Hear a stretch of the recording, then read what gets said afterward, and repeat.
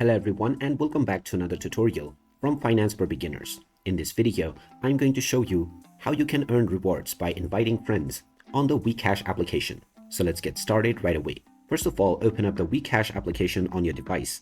And after you have logged in using your Google account, you will be taken into the home page. Now from the home page, if you wish to invite friends and then earn rewards, then in order to do so, swipe towards the right from the top panel and you will see the Refer and Earn section. Go ahead and tap on it, and now within this page, you will see the Invite People option where you can find your invite code. You can copy this code and share it manually, or you can also tap on the Share button, from which you can use various different applications to share your invite code right away.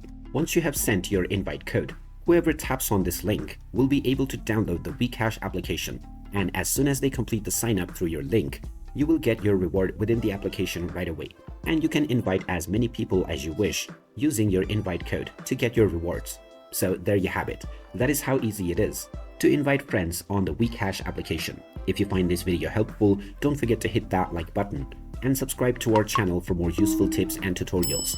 Thanks for watching, and I will see you again in the next video.